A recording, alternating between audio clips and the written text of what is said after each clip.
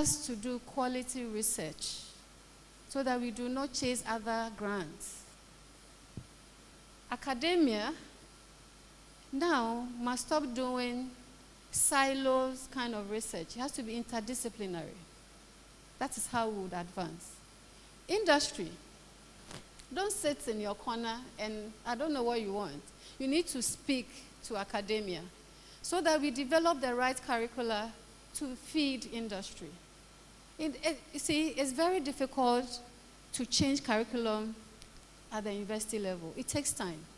So you need to push it also in a way. And how do you push it? During vacation, you receive these students on internship so that practically they will have that and then we can all advance. And then civil society, yes, always to advocate for data rights, to build public digital literacy. So we also do our part in this. Next, I'm almost there.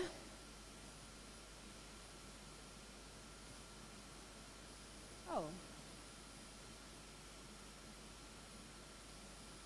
So the vision is this. Let's look at African in context and then Ghanaian in relevance. So Ghana's AI future must understand our languages. I'm very particular about that because I've seen it's a huge gap where we could make it if we go into that. And then we have to also respect our laws, our culture, our rights, and respond to development priorities. So let's not just copy the different modules that have been built already, okay? Let's build something for Africa. Let's look at the Ghana in there, but let's do that using ethics, okay? And then, of course, inclusive by default. Then I think my last slide. Oh. So if we put people first, Ghana's AI future will be built for all. So I believe that data first, but you have to put trust first. We've discussed that. And then you need to also look at ethics, where you put dignity first.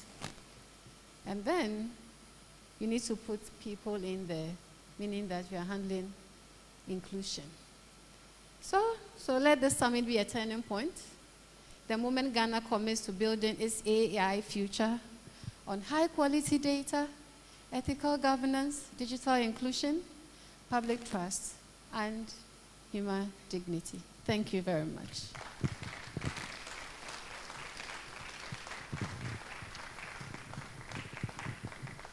Thank you very much, Mrs. Maud. Oh, please, let's clap for her as she takes her seat. Let's keep clapping till she sits. That's very, very insightful. Thank you very much. If you put people first, data is going to be first too, because we use a lot of data. Do you get it? Data, people first. Thank you. And so the next thing is our panel discussion. I think the room is the energy is low. Maybe you want to dance some kakalika. DJ, you can put us on. But GDSS 26, GDSS 26, data first. Amazing. Please, are we taking the pictures? Are we engaging on social media? Do you want to win a mobile phone, a car? Austin brought iPhone 17 Pro Max.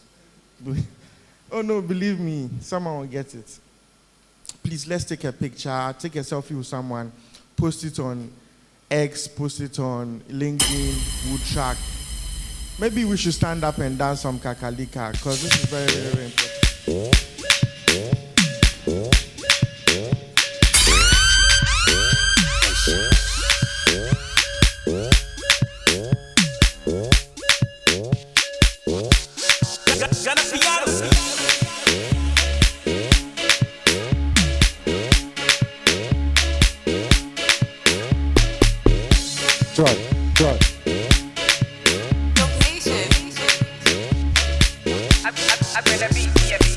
Shadye, boom, yentem, boom.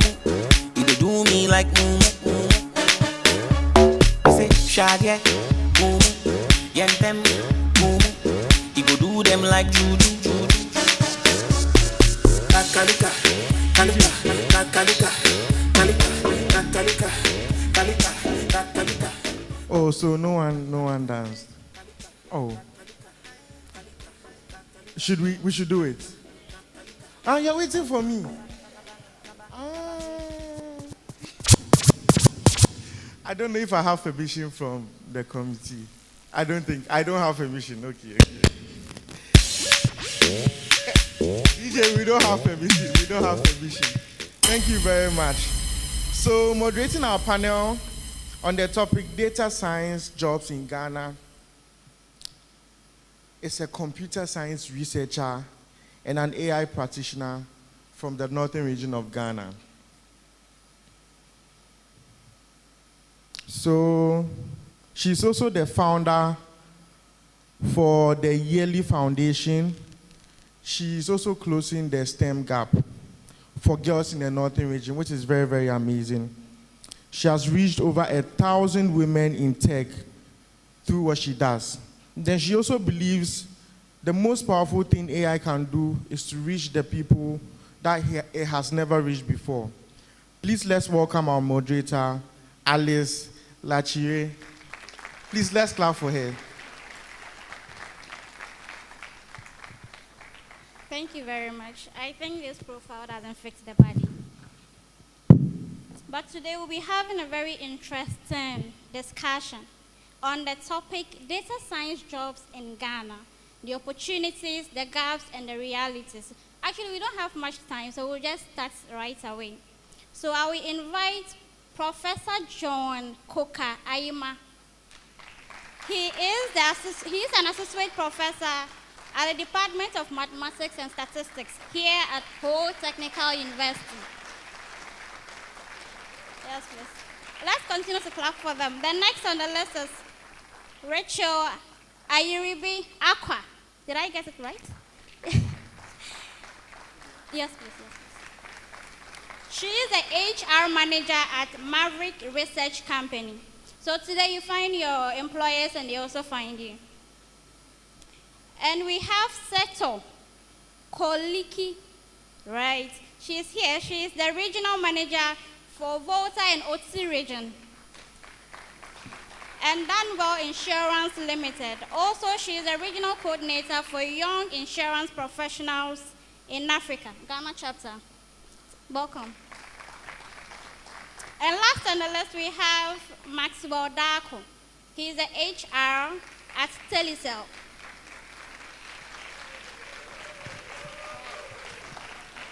Thank you. I'm sure we are going to have a very interesting discussion because I prepared my CV the whole night.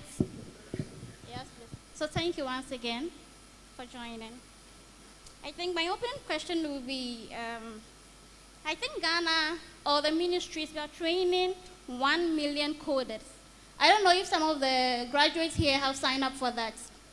Do we have some? Right. So you want to know what skills are employers consistently looking out for in these students in the industry? So we have a researcher, we have speakers from telcos, we have from the research company, and we also have from the insurance industry. So we want to know what are the skills you look out for from this graduates or from the students. I think the one with the mic can just. All right, good morning. And I think our keynote speaker did a really good one. And I'm happy she started for us. Thank you so much. Okay, so in tackling this question, yes, we are looking out for data scientists, people who can come on board. We have in mind coding is very key. When you hear of data, computer science, you think of the hardcore technical skills. But amidst all of these, there is a thin line that runs through all of them. And if we miss them, it becomes difficult for you to stand out in terms of the skill set we are looking from graduates or from people who are data from people who are into data. Now, the three of them that I would speak about, I know my other colleagues would also do more on that. Communication is one thing that we need to understand. The second thing, business understanding the business. And then having your storytelling right. Because if you have all of these analyses being done, and you are not able to translate it into meaningful messages to the people you are working for in the country to help push the economy as we want to push it, then we are missing everything we are doing. Our keynote speaker made mention of we being able to test and question the systems we are using, and that is very key for us. And for me, I feel that is the gap we are facing now, and those skills are what we currently need from graduates coming from school.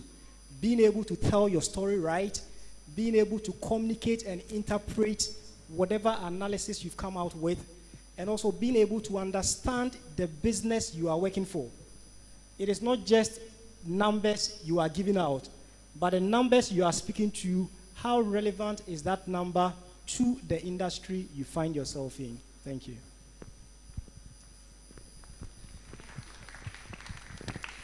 Yes, I want to agree with my colleague. Coming from an industry where data is very, very important. In fact, data is one of the fundamental things we make use of in the insurance industry. So yes, definitely communication, and then the application of whatever you bring on board. You know, insurance, for instance, is very, very, very technical. It's one thing coming up with the coding, with the data science, everything, and it's another thing translating it into the technical language. Insurance can be very, very technical. So how are you going to apply it to claims, disbursements? How are you able to apply it to underwriting? How are you able to apply it to marketing, etc.? So for us, I think the critical thing is how you are able to translate the data into the business element. Thank you.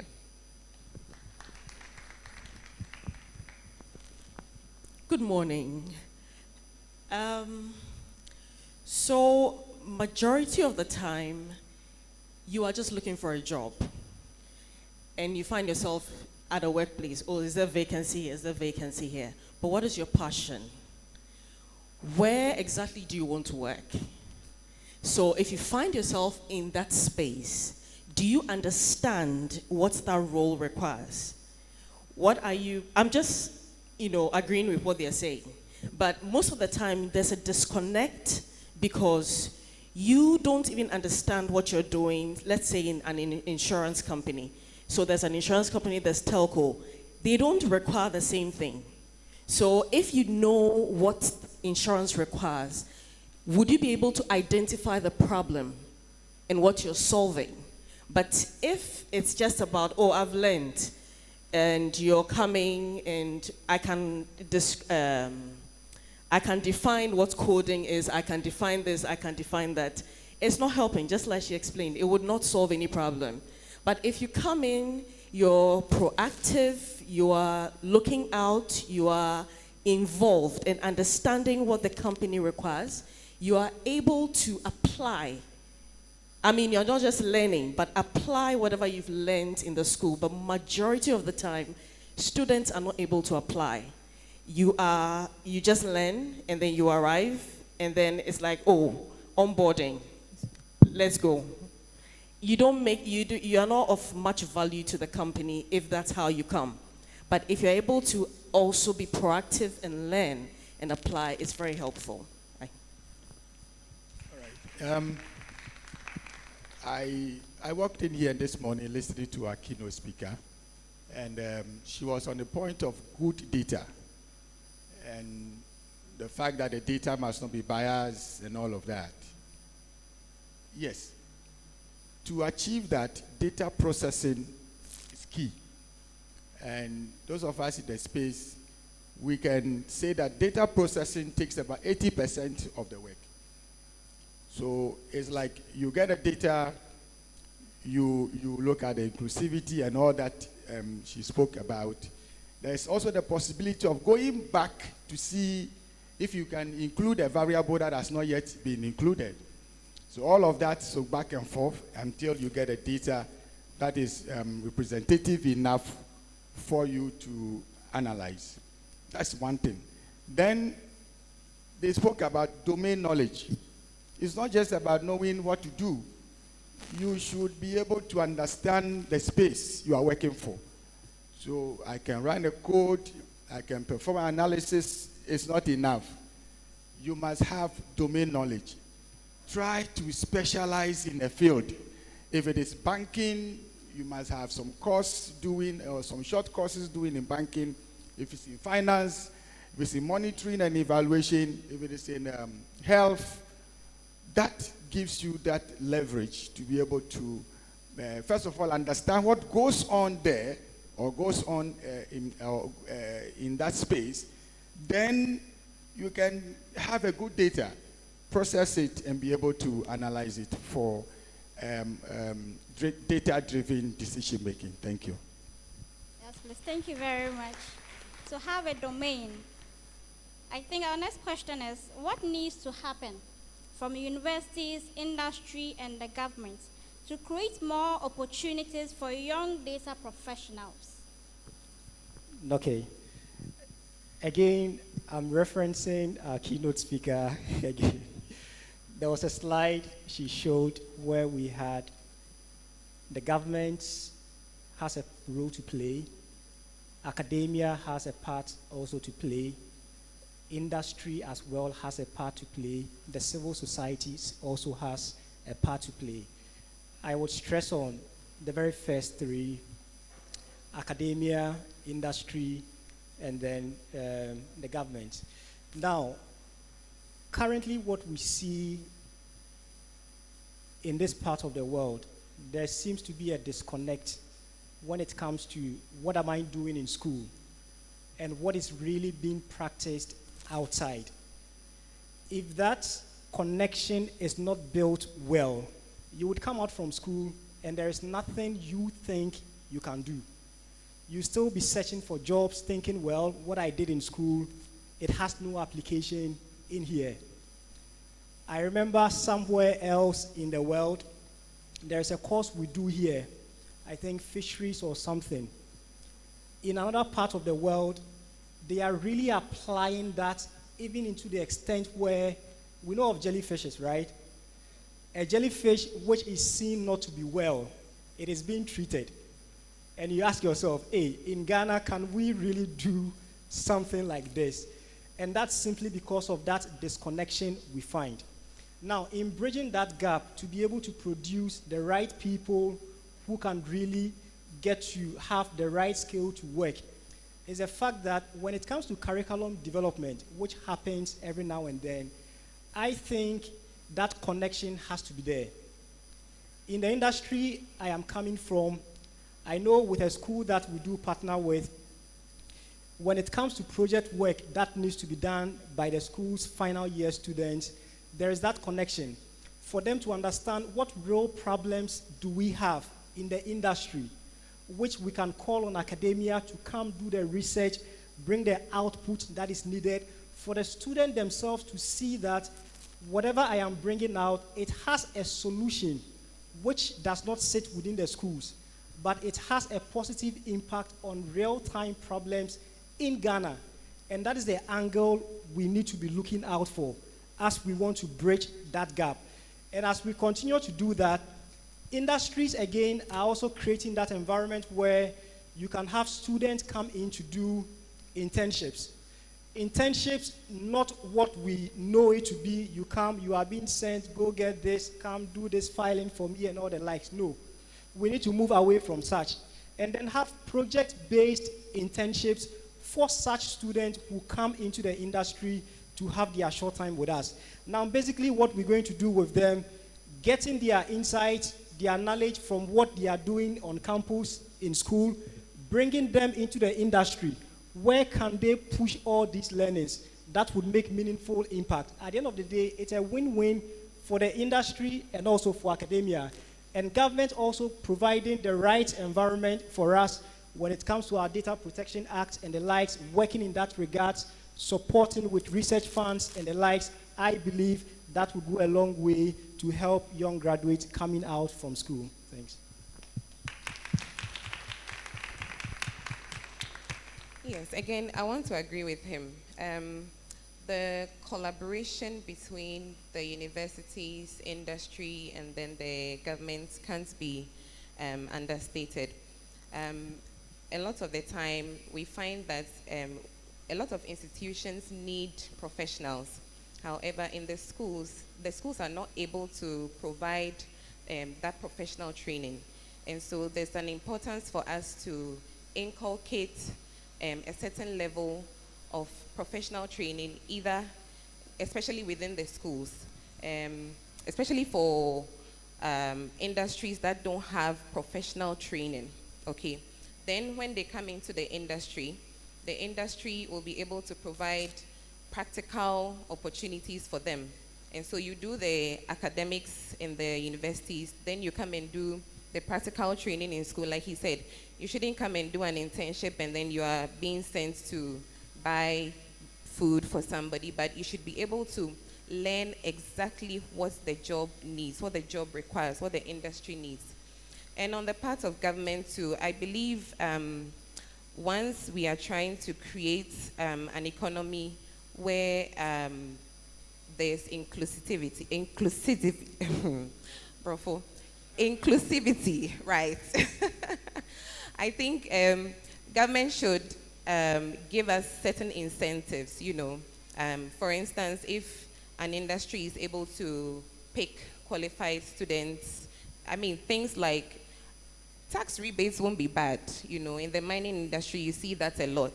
So yes, the collaboration between the universities, industry, and then the regulator, I think it should work out for us. Thank you.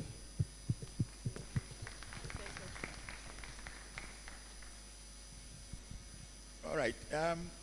Academia should be seen moving away from theory dependent, heavily dependent on theory.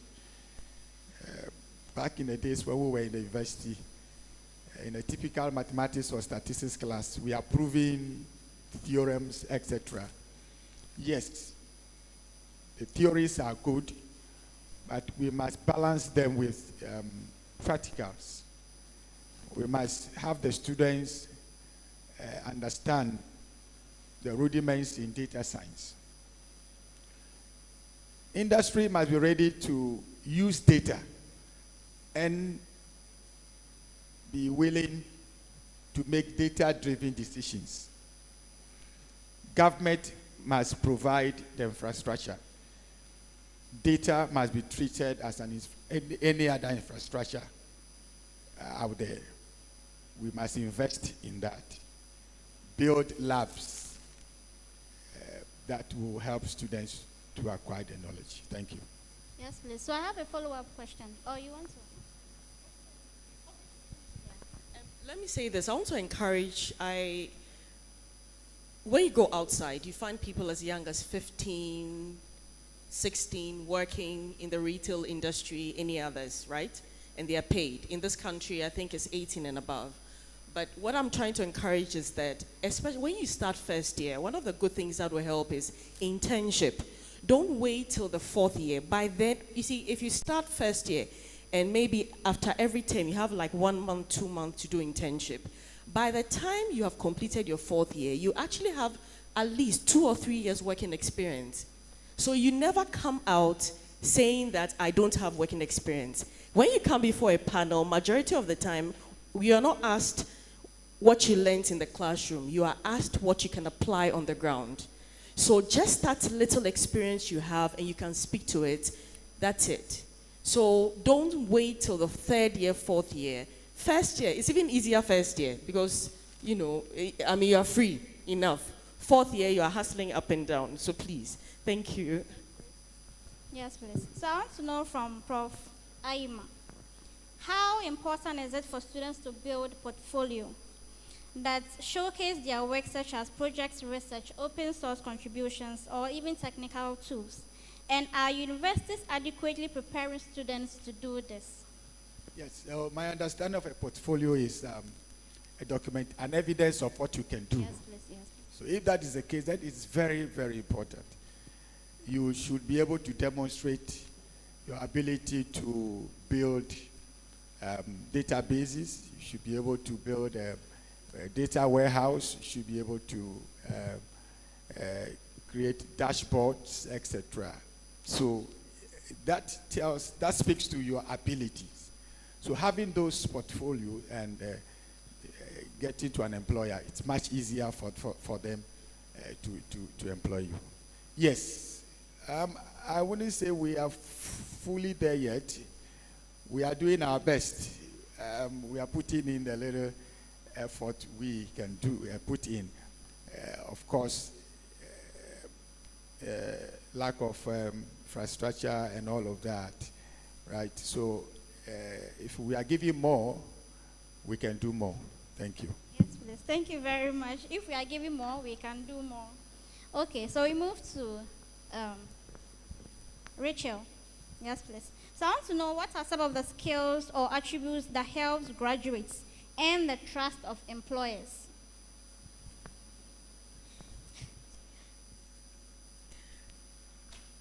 Complete the work. When work is given, complete it. Majority of the time, sorry, please ask the question again. Yes, I'm asking what some of the skills or attributes that helps graduates and trust from the employers. Yes, I think I remember that. So please, that's it. Mainly, when you are employed to work, you know, majority of the time you start, you don't complete it. Halfway, you don't follow up, you don't find solution to it. I mean, even come up with a solution so that you're directed. But majority of the time, either you're stuck and you'll be there till you're called. It's not encouraging to the employer, because even initially, the company is investing in you. The first 2 years of your working with the employer, it's a lot of investment.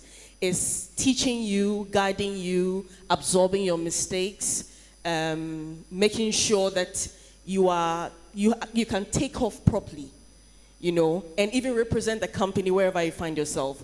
But a lot of employees believe that, oh, I've been here for a year, 2 years. Even if I ask you to even tell me what you have done, you know, speak to your own KPI and defend it, you can't.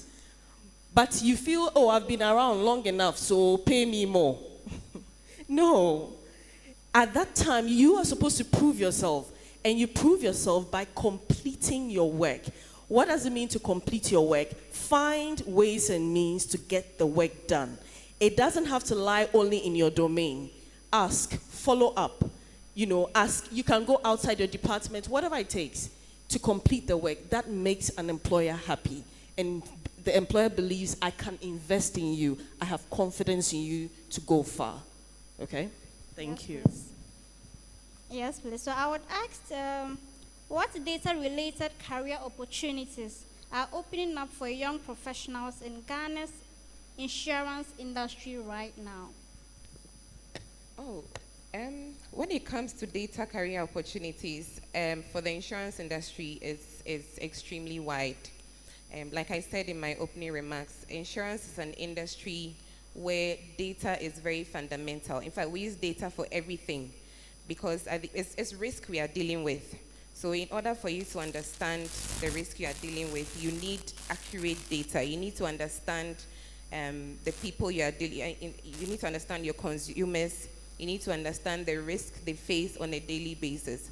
And so in the insurance industry, for instance, one of the highest paid people are actuarial scientists.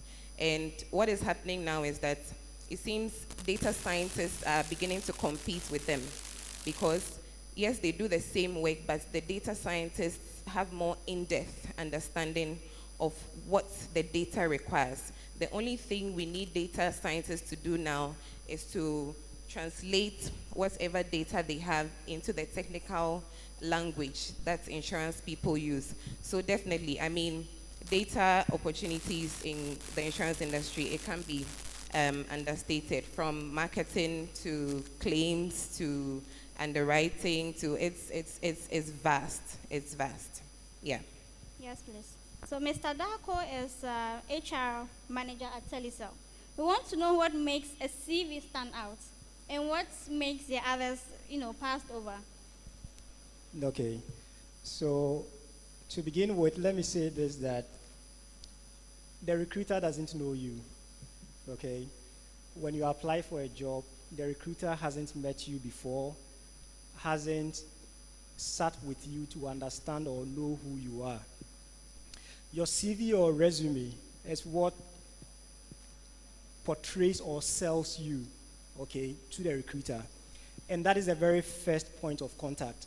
Whenever the recruiter would want to meet a candidate, it is the CV we get to see first. Now the question is, what do you have in your CV that you are telling me?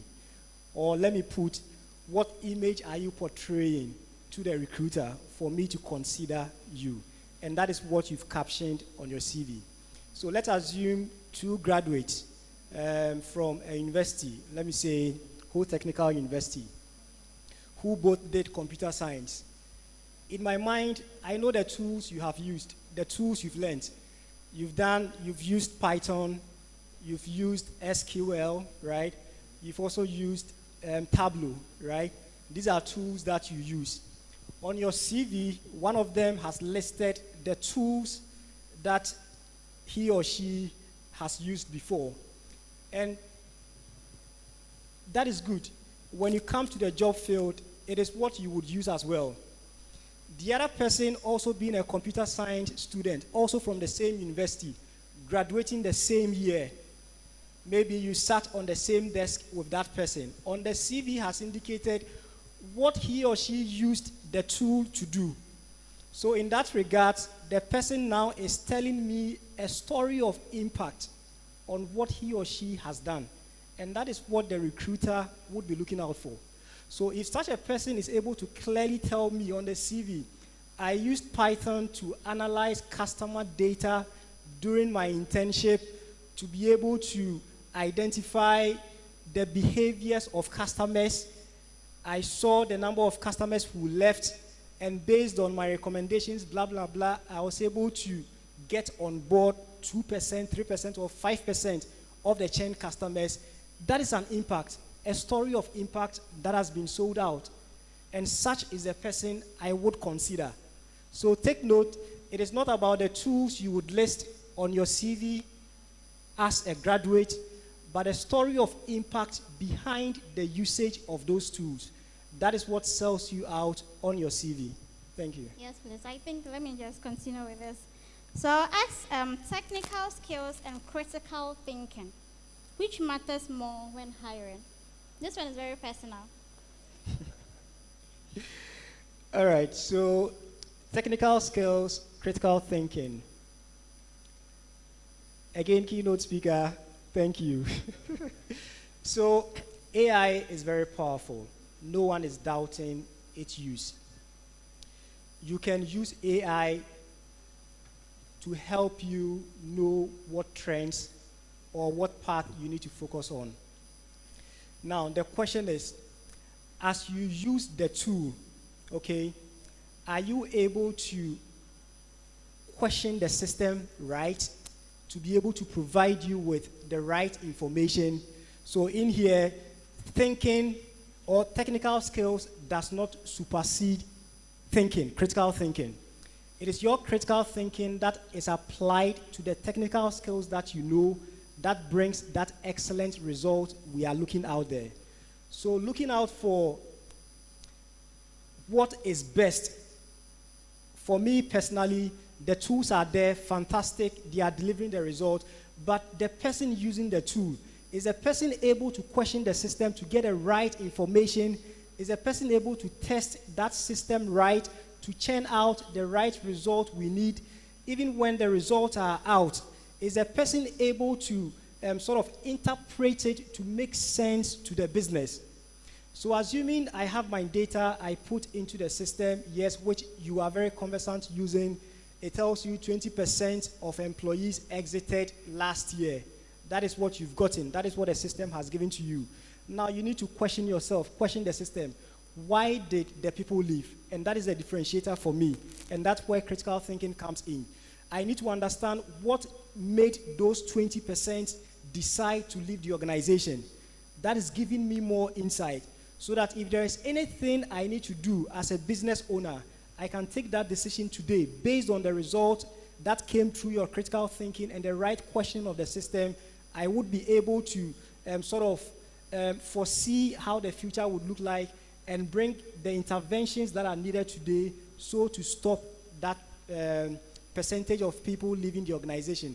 And that is where I need you more to be focused on questioning the system right, testing whatever data you have in the tool, and being able to leverage more on the critical thinking over the technical skills that you have at your display. Thanks. Yes, please. Thank you very much. I'll be asking Rachel. During last year's conference, my Maverick.ai was introduced to us. How has it transitioned from an idea to commercialization? Thank you. I was so excited when I was listening to Madam Maud, right? And when she said data in Africa is an issue, you know, and that we need people to write, we need people to translate, we need real data, even in Ghana, right? And if you don't mind, let me just stand. In answering that, is it okay? Can I ask everybody to take out their phones?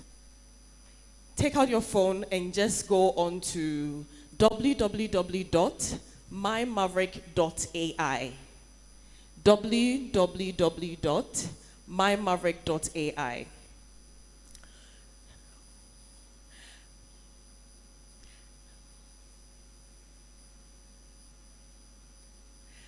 As it comes up, I'm sure you would see the registration and everything. Now, I'm happy to say that My Maverick, which is mymaverick.ai, is live and it's working and it's growing. Now, My Maverick AI is in Maverick, okay? We deal with consumer insight and then retail audit. And we put together all this data into My Maverick AI. So we put it out there, we've launched, and we have people who analyze this data. This data is not generic, where you get into ChatGTP and then, oh, draw a business plan for me for this, draw a business plan for me for that. This particular AI, we cover the whole of Ghana, we cover the whole of, not the whole of Africa, but a number of countries, both Anglophone and Francophone in Africa. And this data, we have people who collect this data in whole Volta region, Western region, Northern region, everywhere. We have field auditors all over this country, 16 regions. And this data is what you find in Maverick AI. This data, people analyze businesses on it, a business plan. You can ask questions on how the opportunities, say we are in the Volta region right now, opportunities in whole, what are the risks? What is the market value? What is it? I mean, so if you want a business plan tailored to do this, that is what Maverick AI does for you. So you are getting a tailored business plan based on information, real-time information in Maverick AI. So I would encourage you to come on this, and it is as low as 10 Ghana cedis. It's $1. Because when you register on it, you purchase, and then you start whatever you want to do. So whatever it is, in Ghana, I mean, I'll boldly say that this is the first. Because unless there are any others that has, you know, detailed, collected, and we do it daily. Every day, our field auditors are on the ground. Every month, our DS team is analyzing. So information is there for whatever product it is that you want to deal in. So starter apps, businesses, companies. We have the multinationals who request for these data in large sums, as in they pay a lot of money for it. But we're making available through Maverick AI so that everybody can assess it and be able to get this information and use it. Young students, everyone. Thank you very much. Thank you very much. Yes, please. If I may add to what Maxwell said about the difference, is it technical skills? Yes, and critical thinking. Critical thinking. Yes. And then technical skills. Technical skills. So I want to give a scenario here. You have a data. There are missing values, missing data. Again, it ties in with what the keynote speaker mentioned earlier. There are three options. Must I go back to the field to include missing data? 1. 2, should I take the missing data that roll out? 3, should I impute for missing data? Right? So these are options. If you have just the technical skills, you can ask AI to run a model for you and it will give you a result.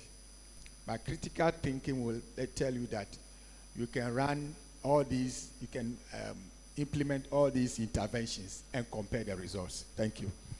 Yes, please. Thank you very much. But I'll be asking him a question.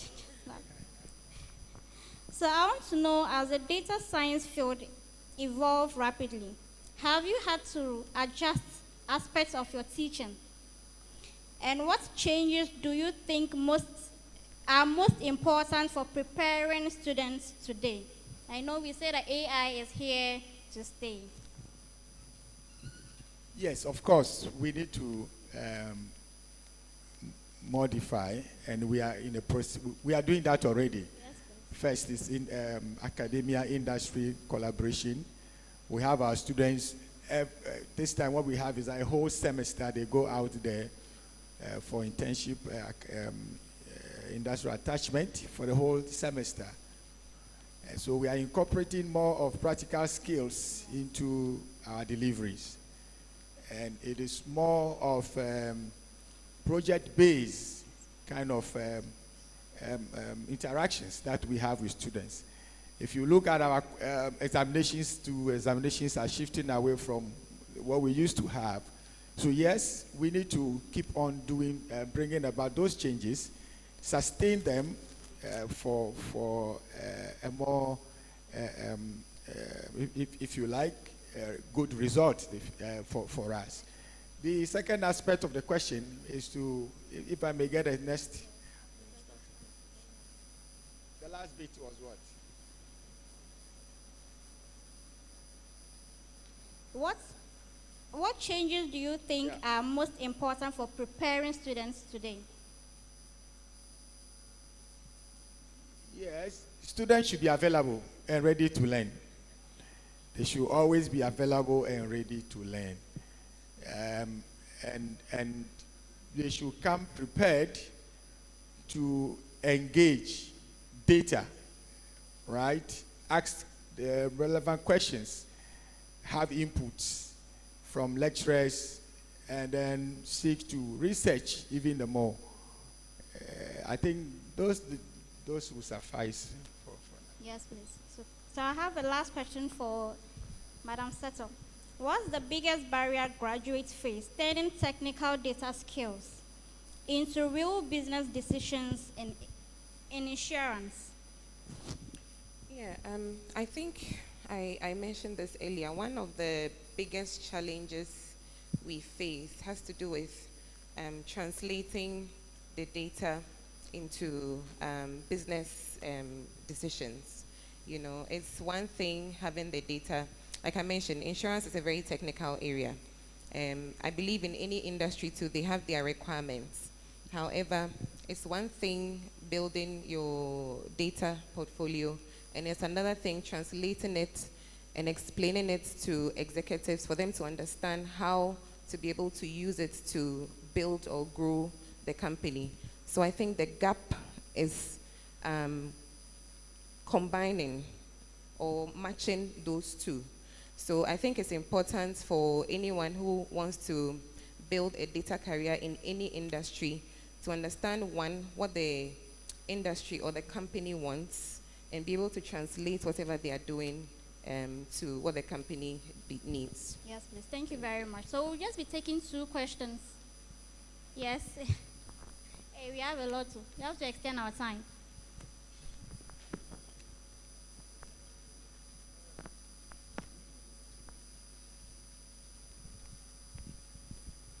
All right, my name is Eric Inkum, and my question is to Ms. Rachel. Rachel, yeah. So my first question has to do with the internships. You said it is best to start internships in your first year. And internships, according to companies, is also a great investment for them. And most companies wouldn't even want to take interns because they need to take time to train you. And it's a whole lot. So how are companies also bridging that gap when you avail yourself for such opportunities? And then my second question again has to do with when you are employed, you should go outside, even if it has to do with going out of your department to get the work done. I know as an HR, I'm not an HR, but then you are appraised based on your KPIs per your job description. Anything I do out of that is not something I'll be appraised of. So why should I leave my job description, go out of my department to do someone's job to get a job done? Thank you.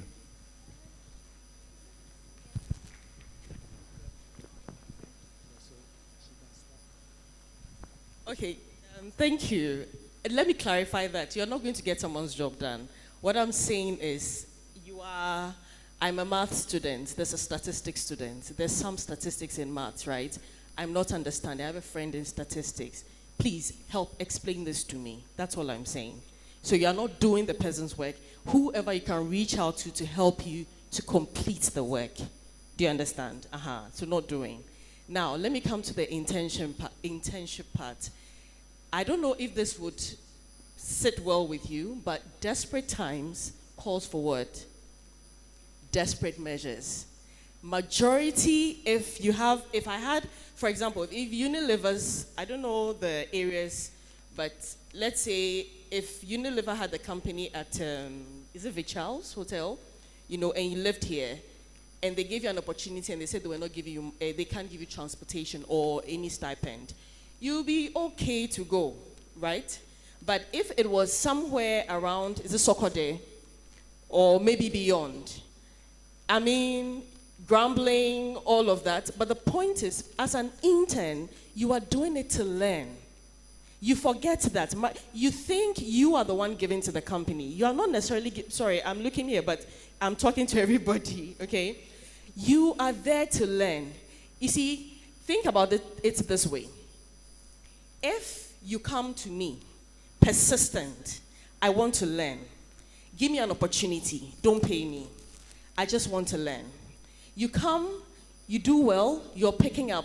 By the 3rd, 4th year, do you honestly believe that I will not be preparing a role for you? Because you know my business already. You know what I do. The effort you've put into it, the work you're doing, the way I can seamlessly put you into the role is easier for me than even put out a notice and get a new person. Because there are a lot of people out there who do not have experience. You are aware. And there are people still looking for, it's either, even if they have experience, they have experience in something different, which is different from the role they're looking for. But if you want a role in IT department, we don't have an opportunity. But I say that I will find a way, make it available here or here. Find a way to get into the IT department with or without pay. I mean, I can't say it's any different. Do you understand me? I know everybody's looking for, how about transportation? How about this?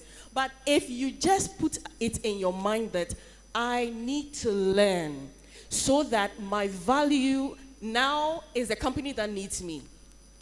Do you get me? It's the company that needs me, not the other way around, I need a job, you will find yourself in very, very huge companies who would use you, who would work with you. But if it's all about pay me before I work, some of the opportunities, you will lose them. You will lose a lot of opportunities. And there are lots of also sole proprietors who just are looking for willing people. After 3 months, they'll probably start giving you money. You see, you never know. So don't let money not determine, how you work. Do you get me? And apply. You will not get it the first time. You will not get it the second time. It's not, I was going to say that I really love what Indaba has done and is still doing, because I think they're the only data scientist, summit going on currently in Ghana, which is very, very good, because how would you get this opportunity to interact? How do you get the opportunity to hear from the researchers and professionals? It's very, very, I really, really appreciate it. So please give yourself the push not to put money before. Unfortunately, it's like this generation, the money must come first. I get it. I'm not arguing. When I was driving here from Accra, I was sitting with one of my managers, and he said that, your time, it was humility, and we saw you suffer, and you didn't get anything. Maybe the best you could do was get a house and something. So in our time, if we don't push for the money, we won't get it. And I said, well, I just smiled, but he's in a conference, he's working. But the fact is, it's not like that for anyone. The person talking who was sitting by me is a head data scientist. Do you see? So, he is not now struggling. But my point is, you who are coming, don't put money before. Let your work speak for you. Let your work speak for you. Do the work, complete it. Then you can sit and demand, because I'm telling you, HR, we sitting over here, we don't want to lose people who are good. We won't tell you, and we will not come and be, flat you and everything, but you say that thing, I'm going. You see the money that will be called for you. So put your worth in front, and then demand. Okay? Yes, please. I hope I answered. Yes. Thank you very much. Please, one more question, and then we're out of here. Yes? A lady. I'm giving an opportunity to a lady. Oh, okay, the gentleman can ask. Yes.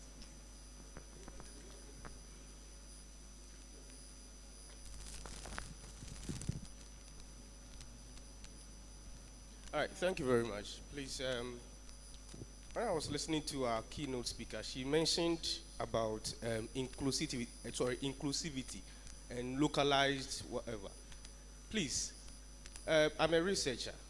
Sometimes you need data to work on with your students or any other project. It is almost always very difficult to get Ghana data.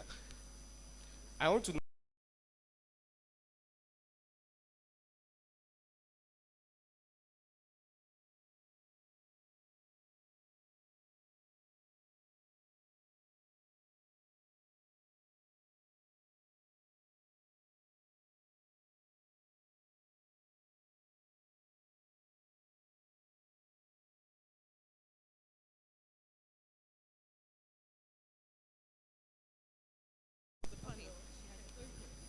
Thank you very much. Who should put the data there for you to come and use? No, it's just straightforward. So let's all start. You contribute, I contribute. By the time we realize we have real data. That's it. That's the answer. Sorry, I'm that blunt. That's why my students don't like me. But when they finish, they come back and carry me on their shoulder. No, but that's the truth. So let's all start to contribute. Petit à petit. Then that's it. Then we'll get there. Thank you. Yes, please. Thank you very much. It's fine. I think we don't have time. Yes, please. So now we take final words. We don't have time, but they'll be here the whole day. So the CV you've prepared, take it to them, let them review it for you, and we'll see if we are getting employed or not. So we'll just take final words about, now they say that AI is taking over our jobs. So what do you have to say about it? I think Then you probably advise the students on how to get employed. Yes, please. Thank you very much. I don't see it as a complete takeover by AI, but there's going to be a competition. AI can build the model for you, but human beings have to interpret it. And also, you must even have knowledge before you can interact with the AI. So I don't see it taking over, but yes, it's going to create competition. You must be ready. You must have knowledge. Yes, so that's what I was saying. Yes, please. Thank you very much. Okay, I just want to read this out, okay? The future belongs to professionals who can combine data, technology, and business understanding. Technical skills may get you an interview, but curiosity, adaptability, communication, and the ability to create real-world impact are what build successful careers. Character. Madam Maud says I should add character to it. So should I read it again? Okay. The future belongs to professionals who can combine data, technology, and business understanding. Technical skills may get you an interview, but curiosity, adaptability, character, communication, and the ability to create real-world impact are what build successful careers. Thank you. Yes, please. Thank you very much. Okay. For me, I think it's about value addition. Everybody does, I mean, you sit in a classroom, there are 50 people, 100 people. What makes you different from your classmates? What are you, the cliche saying, what are you bringing to the table? Okay. Try to see how you can differentiate yourself from your colleagues. What makes you stand out? Look out for those things, and I think you'll be successful. Yes, please. Thank you very much. Yes, please. For me, I would say AI is reshaping the work we do for us. The routine work you find at your workplaces, in school, AI is sort of automating them for you. Now, what are you also doing in that light? You need a knowledge to be able to critique whatever is coming out for you, to question it right, to be able to derive the insight that the business or the institution needs. That is what we're looking out for. If you don't prepare yourself right and move with AI as it goes, you would be left behind. And you would be the person saying AI has taken your job. But if you were that conscious about the movement as it's happening, and also studying, preparing yourself in that light, then you would see the benefits from AI helping you as well in what you do. Thank you. Yes, please. Thank you very much. I think you can clap for them. They've done so well. So the conversation is not stopping here. They will be here throughout the day, so you can ask all your questions. And then, yes, thank you very much. Yes, please. And I was the moderator. My name is Lachere Alice Bajereyele. Thank you very much.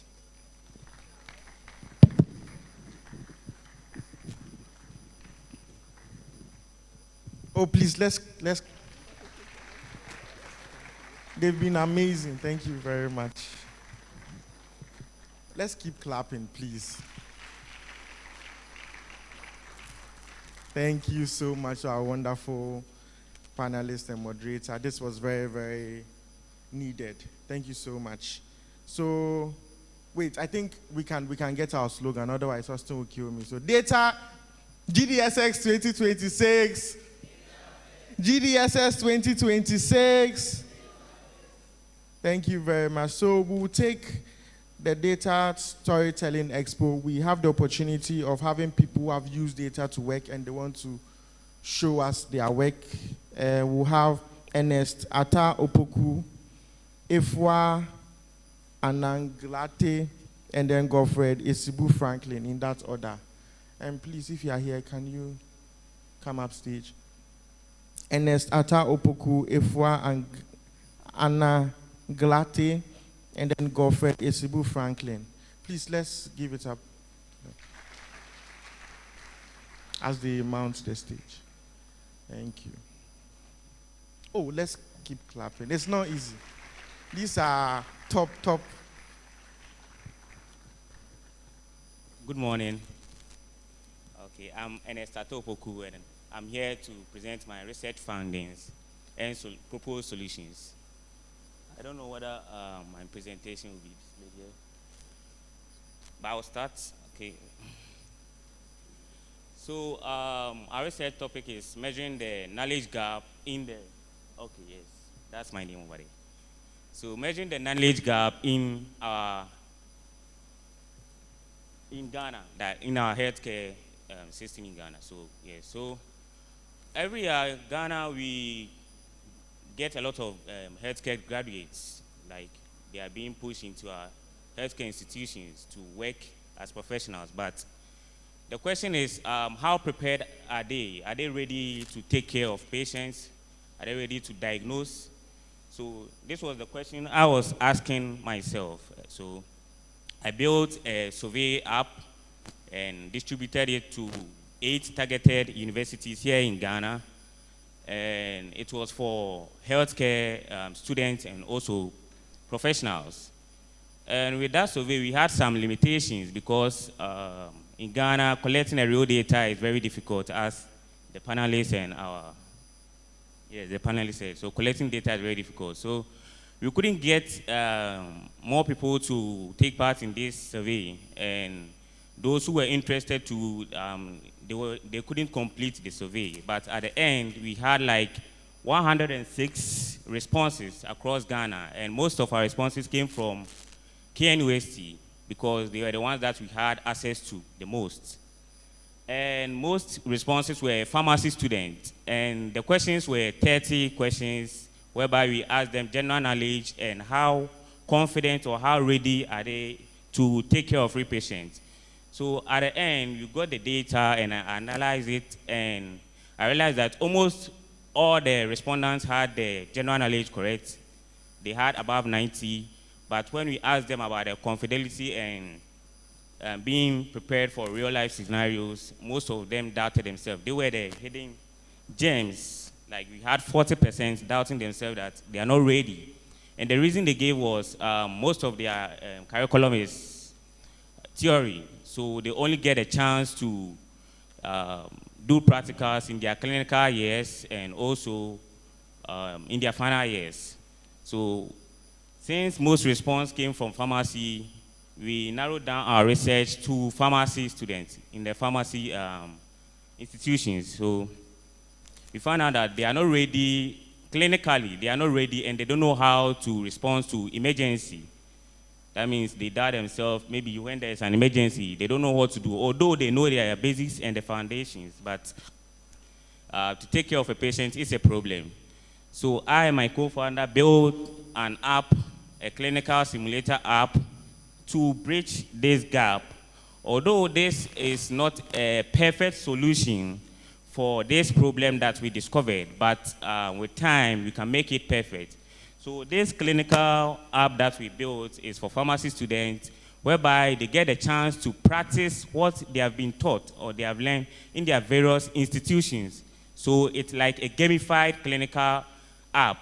And with that, they have the community ones and the hospital pharmacy. So if there's any healthcare professionals here, I think we have not fully launched it. By next month, it will be ready for you to test it. And for the survey, we are still working on it, trying to get it, get to a point that we can conclude on the gaps in our healthcare. So it's still live, and if you want to take part in this survey, you can search Ghana/health/survey.netlify.app. We want to collect more data, and we want to know the gaps in our healthcare education here in Ghana and how we can solve or how we can bridge this gap. We are taking it one step at a time. So by next month, our app will be live. And for our future findings, we have not tested this app yet. So we will select 50 pharmacy students, whereby we give them the survey and we check how ready they are. and we give them a 1-week priority to our app.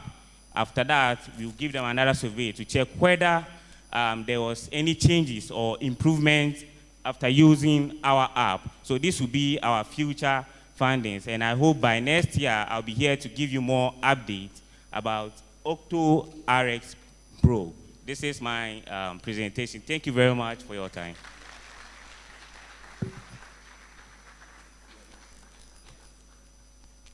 Thank you very much. We'll take.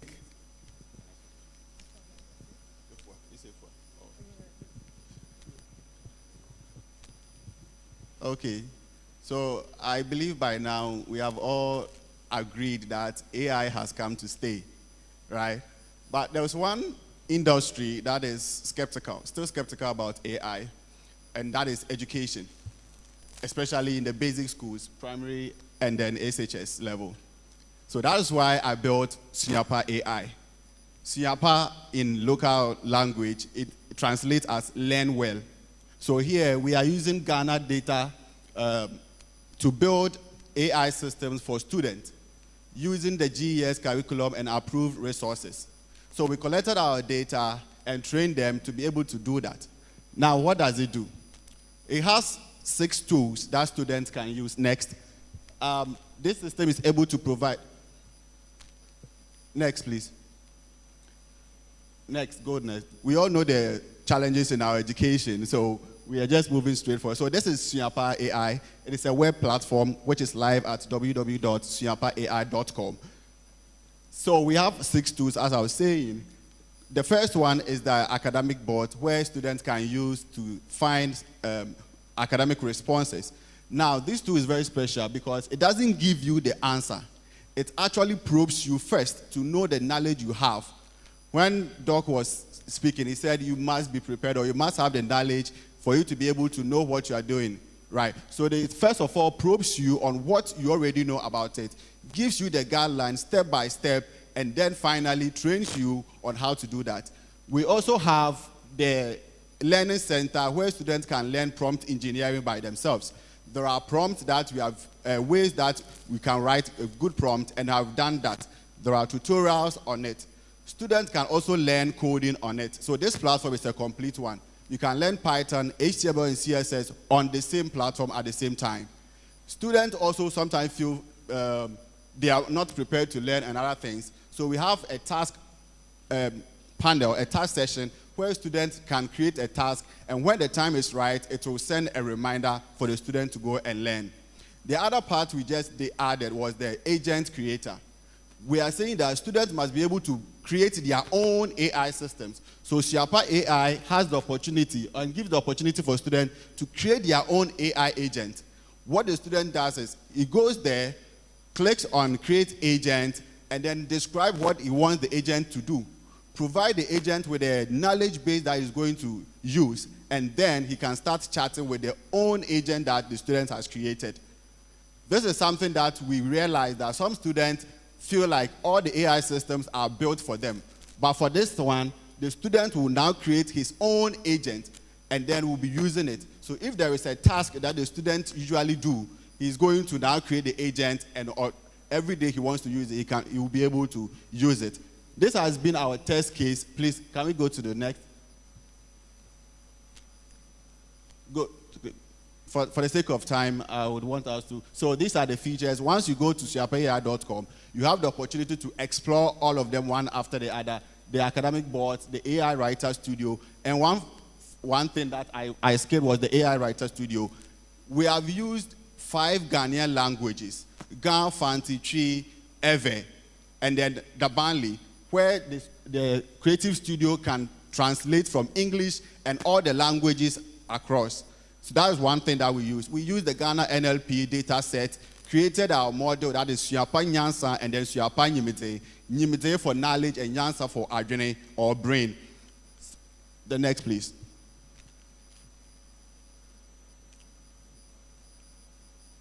Yeah, so I was talking about the code editor where students can learn coding, that is Python and HTML, and then the agents creator where students can use to create their personal AI systems. Next, please. All right, so this has been our use case. Since the launch, we have had about 500 active students who are continually accessing the platform. Through our partnership with institutions and schools, we go there, train them on how to use it, and then they adapt this system for the school. So yeah, today has been our analytics since the launch. So let's move on. Yes, the app is live on www.suapaai.com. The final thing that I'll add is we went somewhere at a place, a different region, and we realized that the data or the internet service there is very poor. So what we did was, when we came as a team, we sat down and we started creating a USSD version of Suapa AI, where the student will enter a USSD, and then the prompt, and then whatever response, it is generated and sent to the student as an SMS. So that is the new feature we are rolling very soon. And our model, the final model we are introducing is the Anansi. When you ask ChatGPT, Claude, and all the systems to tell you a story, the stories they all tell you are the same. So we created Suapa Anansi, which is the Ghanaian folklore that we used to listen back in the days. The Anansi stories and everything, we have gathered most of the data from the Anansi stories, and that is going to be the next model we are putting into this, so that the students can now learn Ghanaian folklore. I'm sure 21st century kids born from the 2000s, they don't have much knowledge about what Anansi stories are. We are doing this on Suapa AI, and very soon we are going to roll it out. Thank you so much, and thank you, Data Science Summit. Thank you very much, Suapa AI. I think it's a very, very wonderful initiative. We'll take the last person.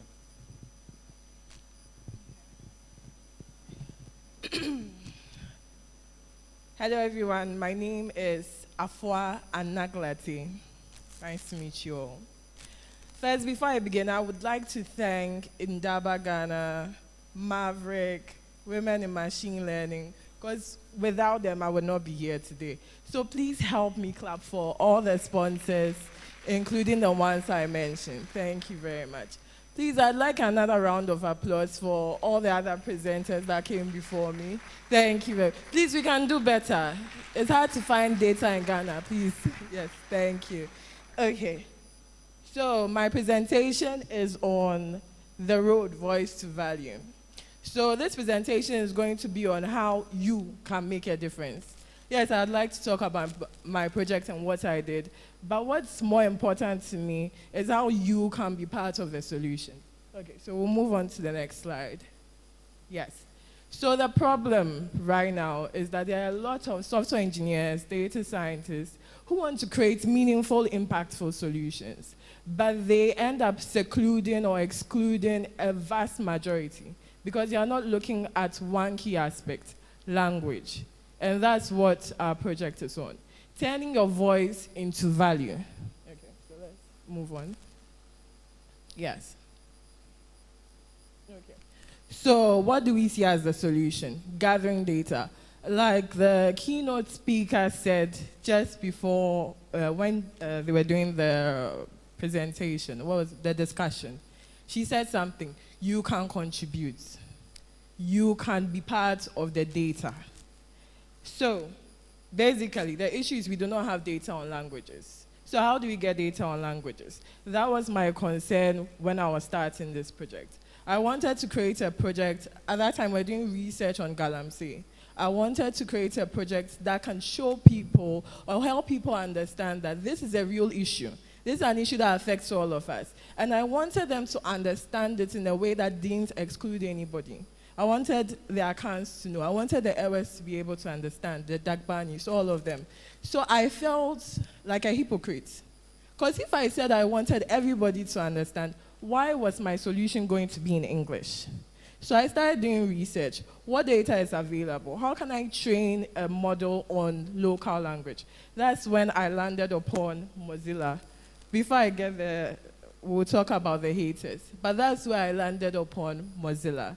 So when we began the project, I had specific issues. I had doubts in myself, I had doubts in Ghana, and I had other legitimate concerns. Please move on to the next slide, thank you.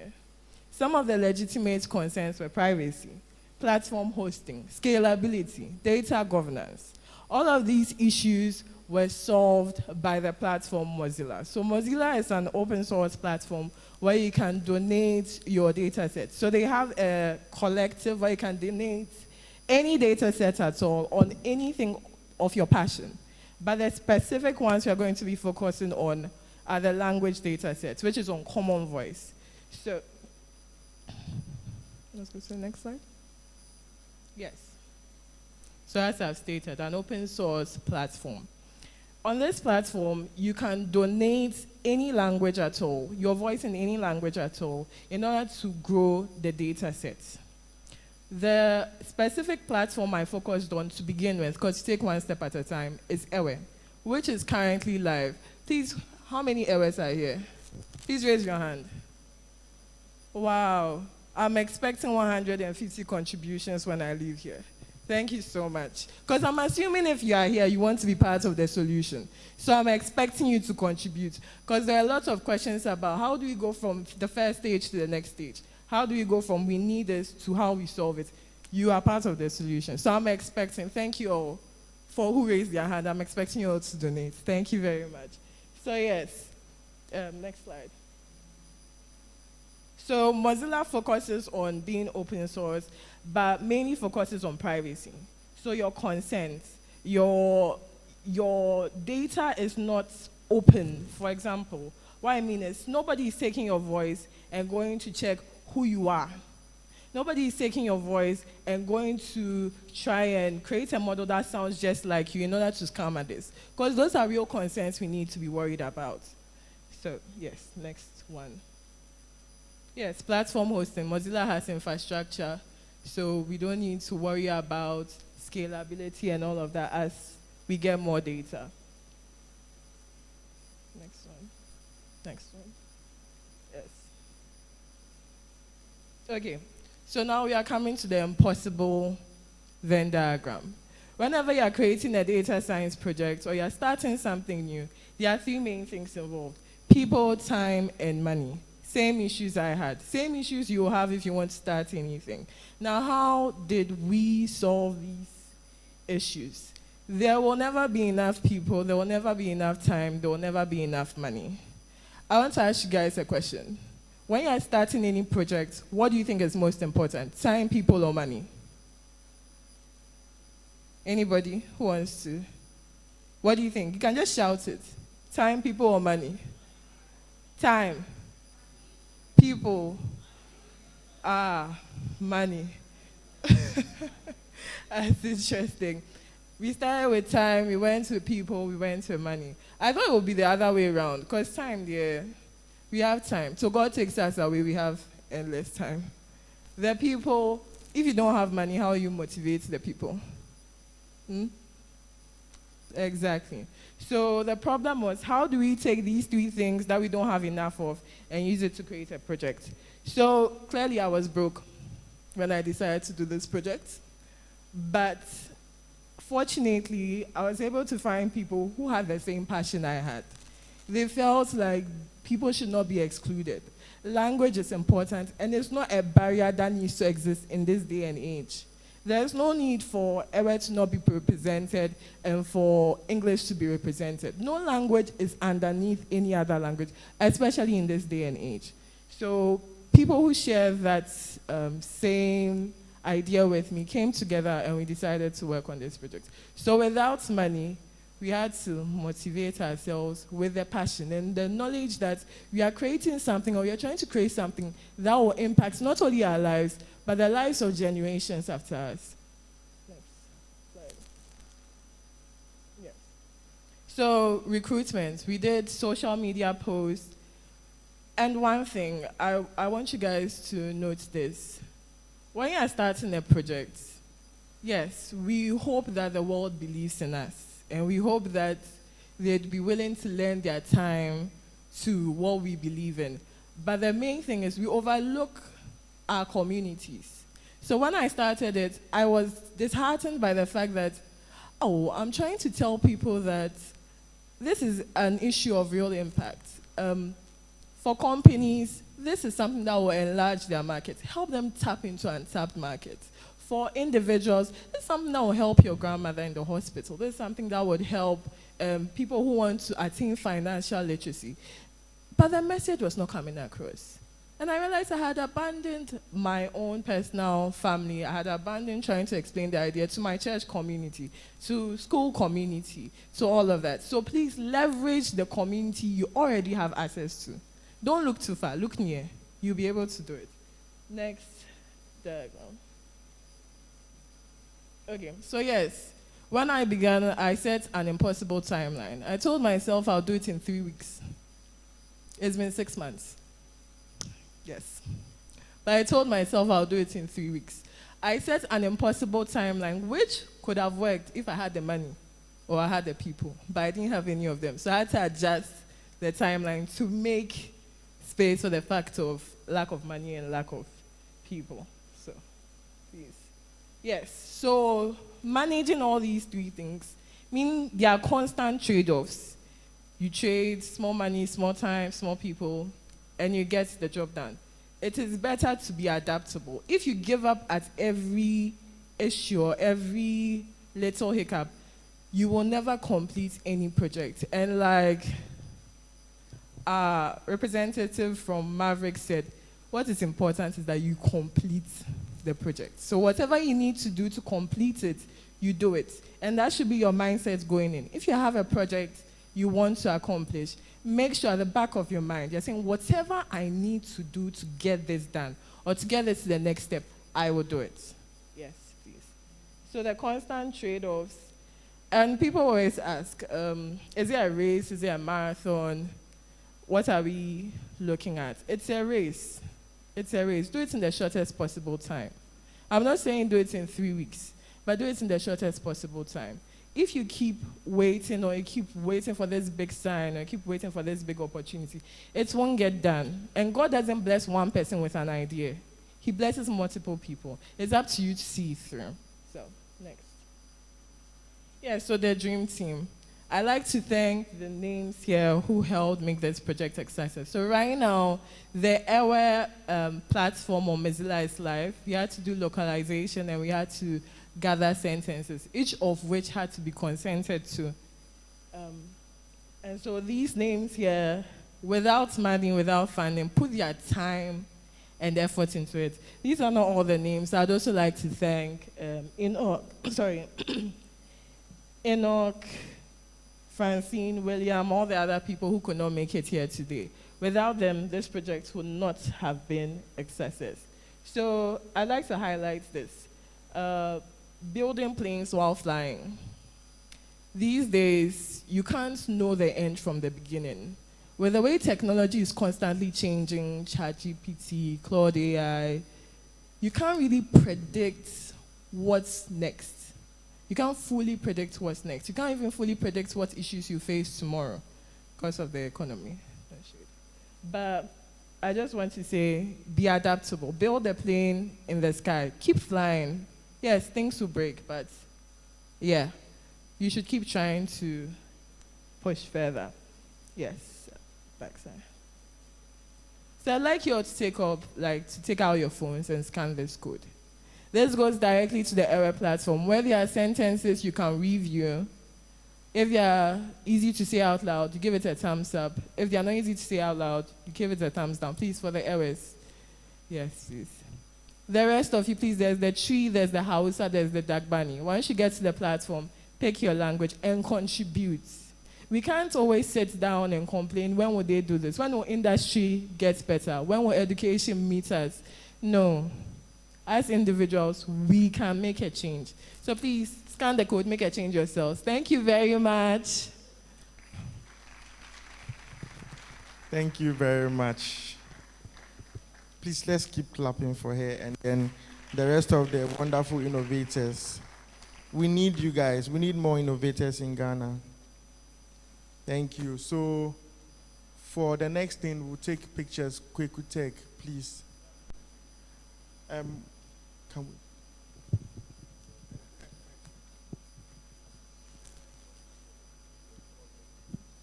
Okay, so can we have the panelists, the keynote speaker, and then the data storytelling speakers on stage for a quick picture.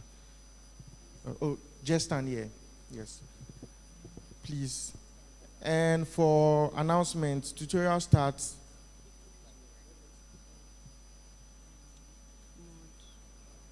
So, Ernest Ata Opoku, Ifwa, Godfred Isibu, can we have Alice Lachire, Prof. John Coker, Maxwell Daku, Atomaika, Seto,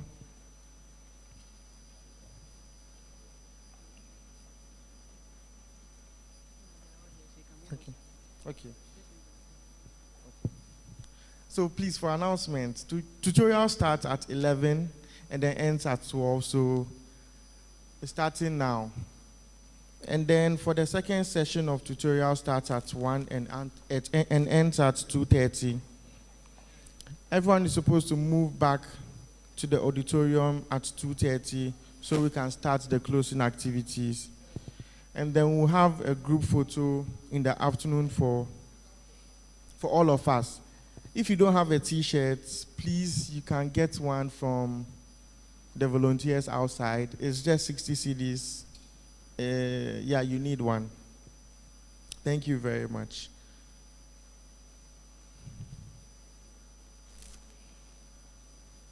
DJ, you can give us some song. Yeah. So we can start moving now.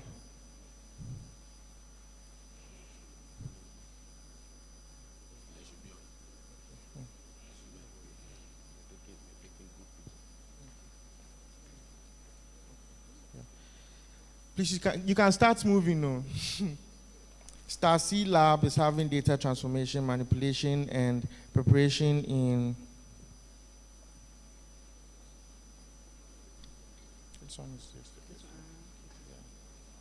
preparation in SQL at the Star C Lab. Building ethical vision systems for Ghana, Octagon Wing 2. Interpretable machine learning, amateur lab. ML in production.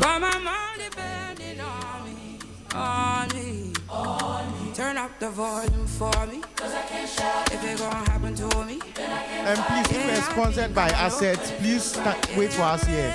If we're sponsored by Assets, please wait in front of here. All Assets sponsors, sponsored attendees, please come here. Please buy their t-shirts if you don't have one. We'll take a group photo. It's just 60 cedis. If you don't have money, please see now or at you for free t-shirts.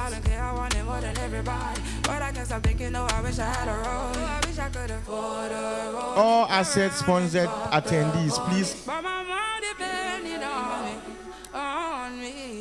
All Assets sponsored attendees, please move.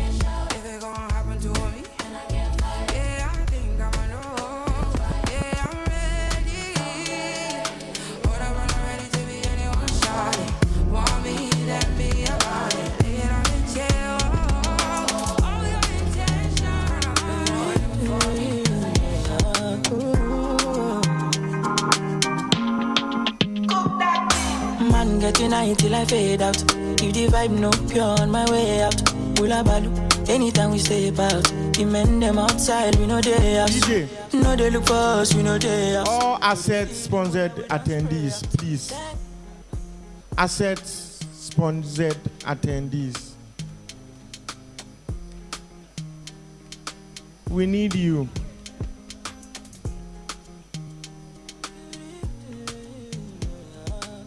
The social media challenge is still on. You get to win an amazing prize. Please, GDSS 2026. No, they look for us, we know they us. No, they see the mullah, we don't spray out. Thank God, said the maga don't pay out. Okay, see, I'm ahead of them, I see what you. I'm a fucking baller, you got only me. No man fit talk shit to me, me know me. You go collect. See, I'm on a me Asset sponsored attendees, please, we need you here now. Asset sponsored attendees. Asset sponsored attendees. We need you here now. Asset sponsored attendees. Steady giving them the multi love fire. They can never near me. I smile lover, just go. My own boy, don't show.